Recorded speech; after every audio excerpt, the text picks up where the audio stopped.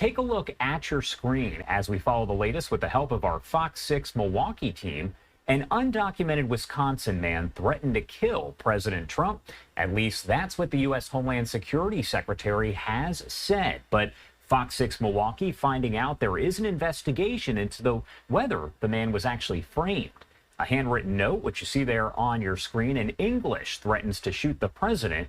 It reads, quote, "We are tired of this president messing with us Mexicans. We have done more for this country than you white people. You have been deporting my family, and I think it is time that Donald J. Trump get what he has coming to him. I will self-deport myself back to Mexico, but not before I use my 30-yard six to shoot your precious president in his head. I will see him at one of his big rallies." Again, that is that note on your screen. And this is the man who has officially been arrested in connection with this. Jason Calvi over at Fox 6 Milwaukee has more.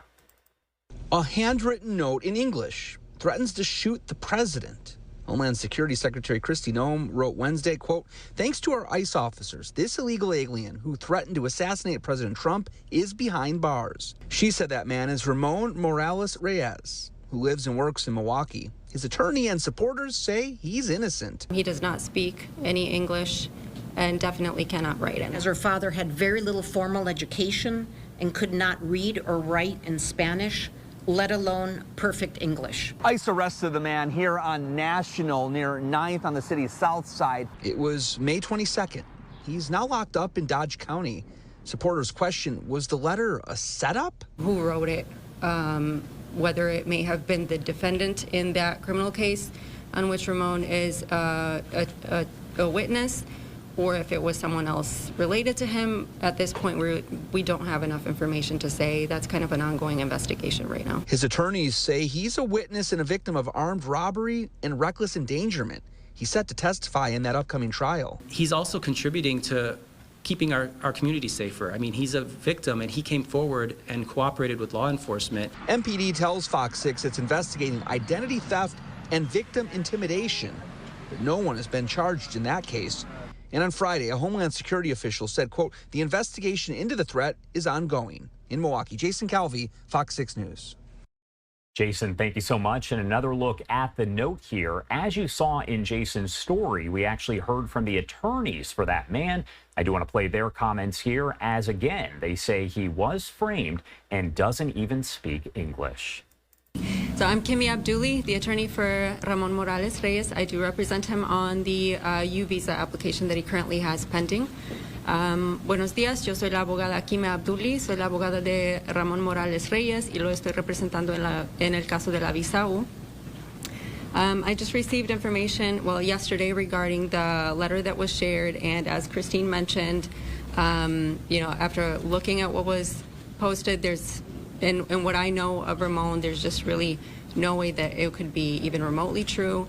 I'm just here to kind of corroborate, as Christine said, and as other outlets have heard by now, that this is just false, and we're here to try to clarify his name and try to get information out there that this really could not have been something that Ramon would have said or written.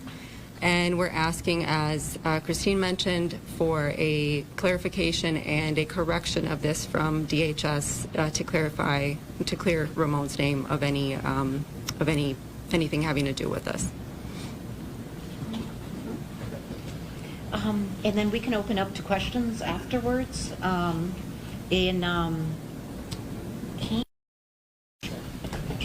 Would people want to, right now, though, maybe while Kimmy's here, about the U visa case? About the U visa? Maybe if you could briefly speak on the U visa, that question on due process, and Kane can follow up on how this could, interfere. Sure. Also. So with the U visas, the way that U visas work, or the purpose of the U visa, is really meant to offer protection to people who may be undocumented, who are victims of crimes in the United States. It's meant to encourage them to report those crimes when they are victims of those crimes to the authorities and to cooperate in an investigation. Where a person may be undocumented and fearful of reporting these sorts of things, Congress basically established the U visa to make it, quote unquote, safe for them to come forth with that information. And as long as they're cooperating with law enforcement, the U visa is intended to offer some protection to that individual. So that has been the case with Ramon, that he was a victim of a crime. He reported it to the authorities, has cooperated with investigation and ongoing prosecution in that case, and is continuing to be a witness in that case. And so this turn of events has been quite problematic in the due process for him in this U visa matter, and can continue to be if there is no clarification. What is the timeline for the U visa normally? How long do you have to wait to get this? A long time. So with U visas, there's a cap on those, that the government cannot grant more than 10,000 per year, and that cap has been filled for quite a while. Currently, from the time that you file a U visa to when you receive the actual U visa is taking a minimum of about 7-8 years. Is it around there? And it could be more because we don't know how many are pending, so that time could actually be longer. And I think the question that was made, and then we can do a Spanish, maybe, I mean, if you do maybe a brief, like, Yes. Spanish summary too.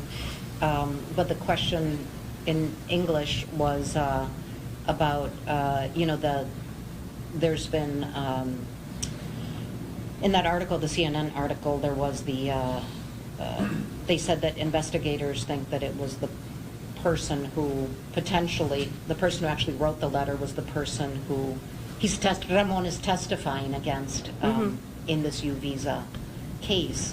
And just, I think, like you, ¿verdad? If you want to respond in English to it. Sure. That was... So as far as that, the question was basically who may have presented this letter and whether he was arrested because of ICE having received this letter or after, or kind of what was the context of that. We don't have enough information, I think, right now, or it's not clear whether the letter was received first and then he was arrested as a result of that, or if he was arrested and then the letter was received after. We're not clear on that timeline.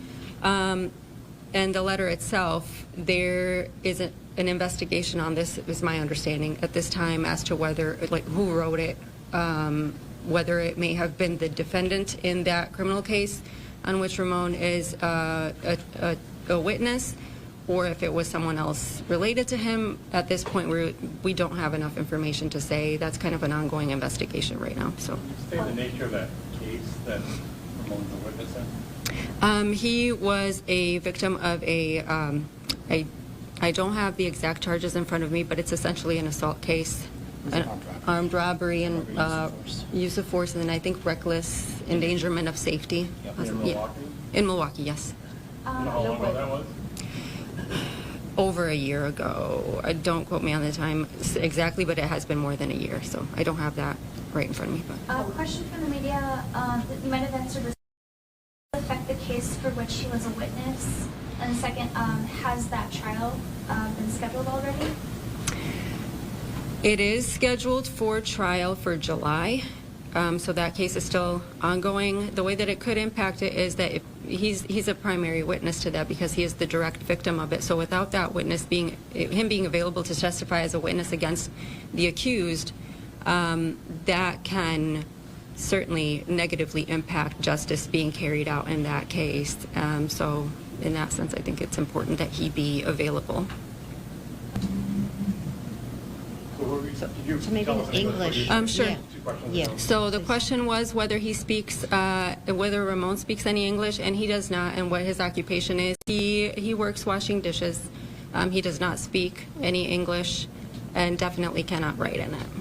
And you were speaking to his wife here and his family? Correct. English, but... Sure. And so, you know, he's a very humble person, very quiet and soft-spoken.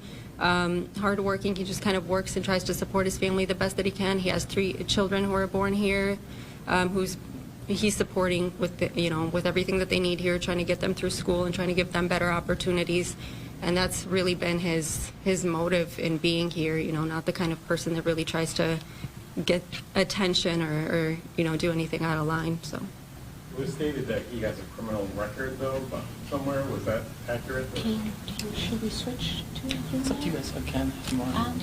Yeah, and I can let Kane speak about this more. At this time, we don't really have enough information about that. We know that allegedly he may have been booked for something maybe in the 90s, but we don't have any information about a conviction or anything further. So he wasn't facing any current charge? No, not anything recent, no. And Kane is actually handling his deportation defense, and there's an upcoming bond hearing, and so we can switch out, and that might be also kind of lead to some of the questions coming up.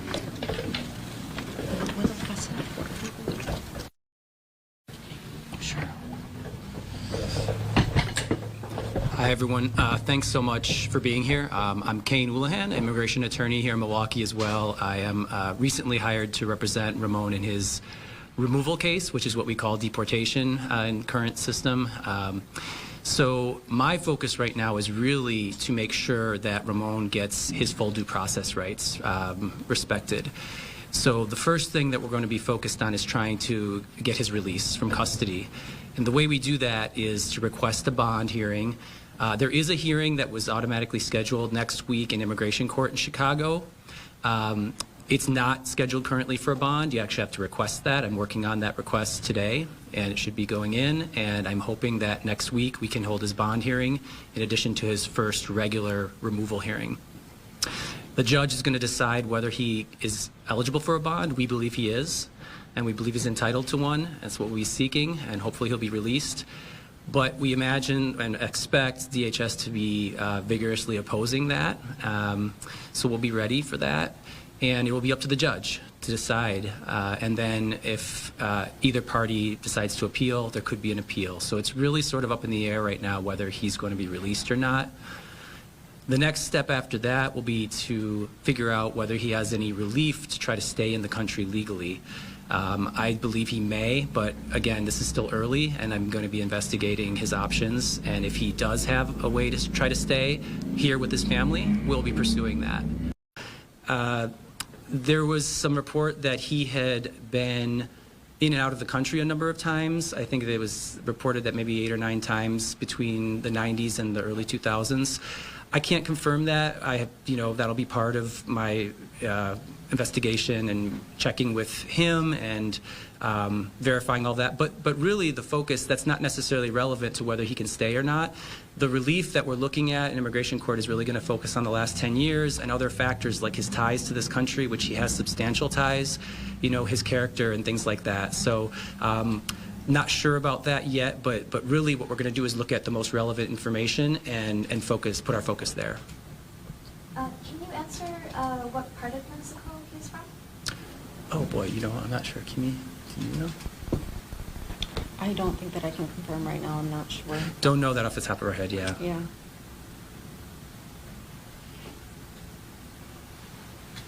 Did he already have a removal order, or is that something that you were just starting to work for? No, he did not. He does not have a removal order. If he had a removal order, he would not be going to court. He would be removed under that old order. So that's for sure. The government is, not alleging that he's been deported previously.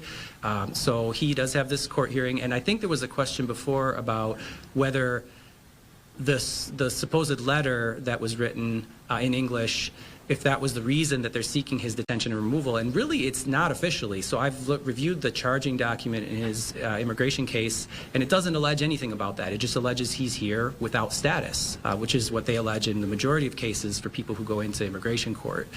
So that's not been alleged, at least in the paperwork thus far. I'm sure the government will bring it up in his bond hearing, and we'll be responding to that, of course, with all of the reasons that we have to believe that he did not write it. In his own testimony, he'll be able to testify it to the judge that he didn't write the letter. So that will be one factor to consider. But they are not alleging to this point that he's deportable because of this letter that was written. It's really just a standard. He's not here with lawful status. Say that in English. Yeah. So the question was about what do we say about people that think he should be deported regardless of whether he wrote the letter. And I would just say to that